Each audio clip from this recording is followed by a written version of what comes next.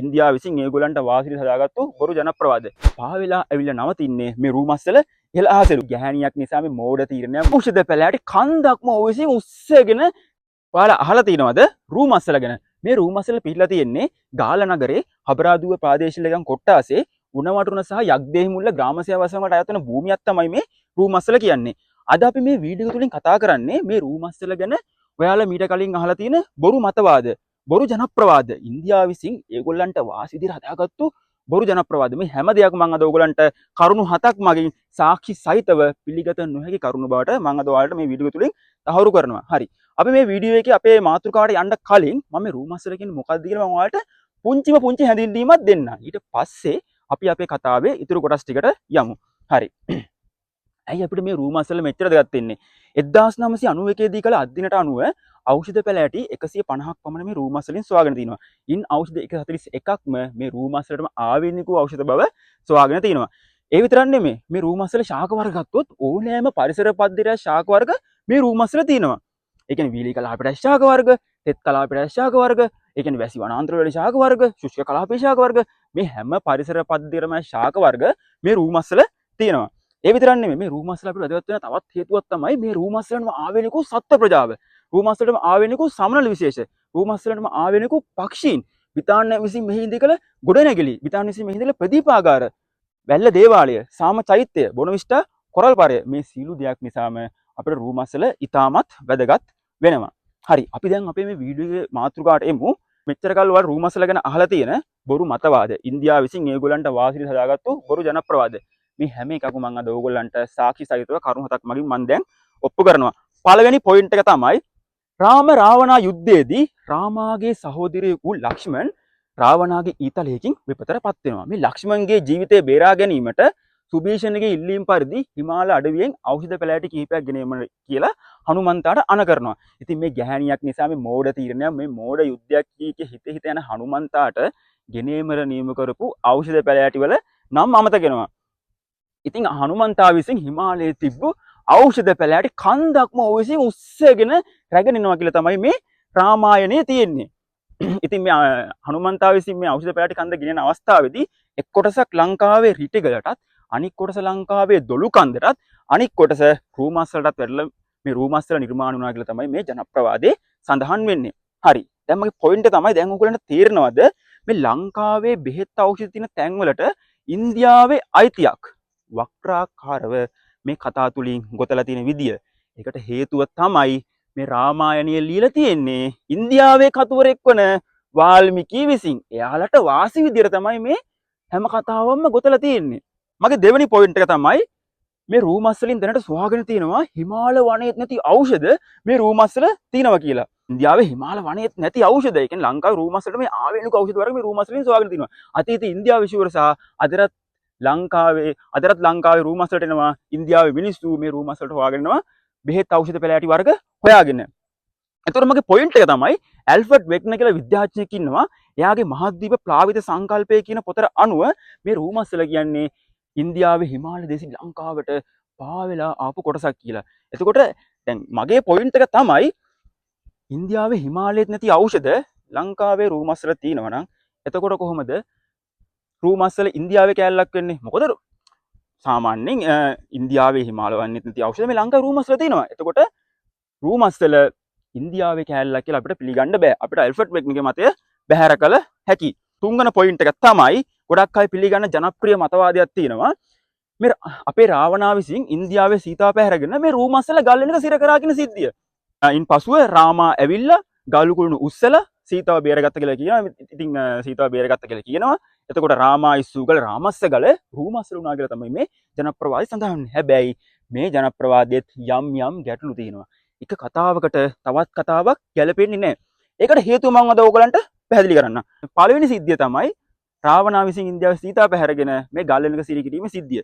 දෙවන සිද්ධිය තමයි හනුමන්තා ගෙනාපු කන්දේ කොටසක් වැටිලා මේ රූමස්සල සෑදීමේ සිද්ධිය. එතකොට මගේ පොයින්ට් එක තමයි මේ රූමස්සලක් හැදෙන්නත් කලින් කොහොමද රාවණා විසින් ඉන්දියාවේ සීතාව පැහැරගෙන මේ රූමස්සල ගල් වෙනක සිර කරේ කියලා. එතකොට රූමස්සලක් නැහනේ. මොකද හනුමන්තගේ සිද්ධිය වෙන්නේ ඊට පස්සේ.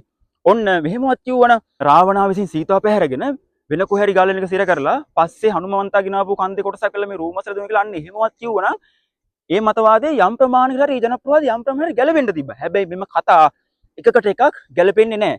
එක කතාවකට තවත් කතාවක් ගැලපෙන්නේ නැහැ. ඒ කියන්නේ එක පළවෙනි සිද්ධිය වෙන්න කලින් දෙවෙනි සිද්ධිය ගැන කතා ගොතලා ඉවරයි. මේ අනුව බලන කල රාවණා විසින් ඉන්දියාවේ සීතාව පැහැර ගන්නවා කියන සිද්ධිය රාමායනට අනුවම අපට පිළිගත නොහැකි. ඉතින් මේ කතා අනුව බලන කල මම ඕගලන්ට කියන්නේ කවුරුවත් කියන දෙයක් ඒ ආකාරයෙන්ම පිළිගන්න එපා. කවුරුවත් කියන දෙයක් ඒ ආකාරයෙන් බැහැර කරන්නත් එපා. ඔයාම තර්කානුකූලව කල්පනා කරලා මේ තර්කයට යම්කිසි පදනමක් තියෙනවද? එහෙම කියලා ඔයාම තර්කානුකූලව කල්පනා කරලා සාක්ෂි සහිතව පිළිගන්න එක නොපිළිගන්න එක ඔයා තීරණය කළ යුතුයි. හතරවෙනි පොයින්ට් එක තමයි මේ හනුමන්තා විසින් ඉන්දියාවේ හිමාලයට මේ ඖෂධ පෙළයට ගේන්න ගිය අවස්ථාවේදී ඔහුගේ ශරීරය ඉතාමත් ලොකු කරගත්තලු. මොකද අර කන්දක් ගේන්න පුළුවන් තරමට යෝධයෙක් වගේ හනුමන්තාගේ ශරීරය ලොකු කරගත්ත කියලා මේ රාමායනේ තියෙනවා. ඉතින් මේ රාමායනේ කතා ගත්තම ඕගලන්ට තේරෙනවද මේවල තනි කරලා ලියලා තියෙන්නේ අතිශෝක්ති කතා කියලා. කියන දැන් අතිශෝක්තිය කියන්නේ මොකක්ද කියලා දන්නේ නැති මම පැහැදිලි කරන්නම්. අතිශෝක්තිය කියන්නේ මොකක් හරි අපි කතූරයෙක් මොකක් හරි ග්‍රන්ථයක් ලියද්දී යම් කිසි චරිතයක් පිළිබඳව ඕනාවටත් වඩා ඒ චරිතය පිළිබඳව වර්ණනා කිරීම. ඉතින් ඕනටත් වඩා වර්ණනා කිරීම තමයි මේ අතිශෝක්තිය කියලා කියන්නේ. ඉතින් මේ රාමායන තනිකරම තියෙන්නේ මේ අතිශෝක්ති කතා. මේ වගේ කතා පිටිපස්සේ ගියොත් ඕගලන්ට කවදාවත් සත්‍ය ඉතිහාසය කියන්නේ මොකක්ද කියලා වටහා ගන්න බැරි වෙනවා. පස්වන පොයින්ට් එක තමයි මේ ගොඩක් අය පිළිගන්න වැරදි මතයක් තියෙනවා. මේ රූමස්සල කියන්නේ ලෝකයේ ගුරුත්වාකර්ෂණ බලය වැඩිම තැනයි කියලා. හැබැයි ලෝකෝත්තර අප විසින් එම මතය බැහැර කරනවා. රූමස්සල කියන්නේ ලෝකයේ ගුරුත්වාකර්ෂණයේ බලය අඩුම තැනක් කියලා රූමස්සල අපි වගකීමෙන් කියනවා. ඒකට හේතුවක් ලෙස ආතර් සී ක්ලාක් මහතාගේ පාරාදීසයේ ద్వාරය යන පොතට අනුව මේ රූමස්සල කියන්නේ ලෝකයේ අඩුම ගුරුත්වාකර්ෂණ බලය සහිත ස්ථානයක් කියලා අපිට කියන්න පුළුවන්. එතුමා තවදුරටත් ප්‍රකාශ කරන්නේ ලෝකයේ කොහේ හරි රටකින් යවල චන්ද්‍රිකාවක් මොනවා හරි හේතුවක් නිසා අක්‍රිය වුවහොත් පාවෙලා ඇවිල්ලා නවතින්නේ මේ රූමස්සල ඉහළ අහසෙලු. ඒකට හේතුව මේ රූමස්සල කියන්නේ ලෝකයේ ගුරුත්වාකර්ෂණ බලයේ අඩුම ස්ථානය වීමයි. ඒ විතරක් නෙමේ මහාචාර්ය එඩ්වින් ආර්යදාස මහතාද මේ මතය තහවුරු කරලා තියෙනවා. ඒ විතරක් නෙමේ ඔයාලට Google search කරොත් ඇමරිකාවේ NASA ආයතනය මගින් පළ කරන ලද චන්ද්‍රිකා ඡායාරූප ඕගලන්ට ඉන්ටර්නෙට් එකේ Google එකේ ඕන තරම් සර්ච් කරලා ගන්න පුළුවන්. ඒකට අනුවත් ඔයාලා සර්ච් කරලා බැලුවොත් ලංකාවේ ගුරුත්වාකර්ෂණ බලය අඩුම තැන මේ රූමස්සල ආශ්‍රිත ප්‍රදේශය තමයි ඕගලන්ට Google එකේ සර්ච් වෙන්නේ. හරි. 6 වෙනි පොයින්ට් එක තමයි මේ ගාල්ල නගරයේ තැනිතලා බිමක්, මේ ගාල්ල නගරයේ කඳු නැහැ, මේ ගාල්ල නගරයේ මේ තැනිතලා බිමේ කොහොමද කන්දක් ඇති වෙන්නේ? එතකොට මේක මේ කොහෙන් හරි ගෙනාපු කන්දක්. මේ ගාල්ල නගරේ කිසිම කන්දක් තියෙන්න බෑයි කියලා ගොඩක් අය මත දරන්න උත්සාහ කරනවා. ගොඩක් අය එහෙම කියනවා. හැබැයි අපි විසින් එම මතේ බැහැර කරනවා. මොකද ගාල්ල නගරයේ අවට තියෙන අපි විසින් සොයාගත් දේවල් වලට අනුව ගාල්ල නගරයේ අවට තියෙන රිච්මන්ඩ් කන්ද, කදුරු දුව වැනි ප්‍රදේශවලත් කඳු දක්නට ලැබෙනවා. ඉතින් මේ කඳු දැක්කම අපිට හිතන්න පුළුවන් මේ රූමස්සල කියන්නේ ලංකාවේ ස්වභාවිකවම පිහිටා තිබුණු කන්දක් කියලා.